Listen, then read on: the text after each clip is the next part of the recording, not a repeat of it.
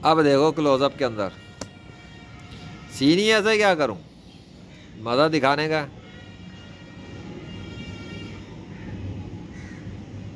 ऐसा लग रहा है एक कंप्यूटर के अंदर वीडियो गेम की ग्राफिक किसी ने बनाई हुई है, तो उसका सीन है।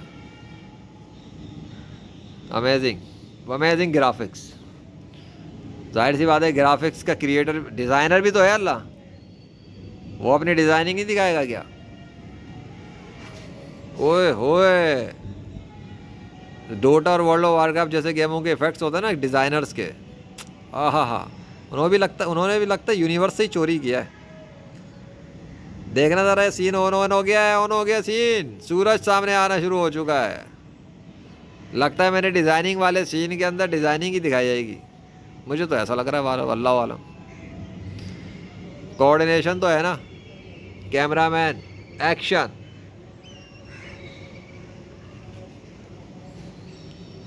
अबे आजा सूरज, क्या है यार।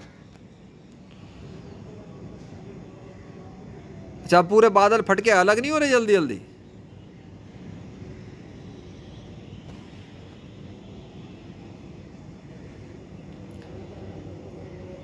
पीछे का क्या सीन है भाई इतनी देर में? ओके। हाँ, पानी, पानी किधर है, पानी किधर है? यानी जरा ये हो जाए, फिर मैं कुछ बात करता हूँ एक और। Hold on.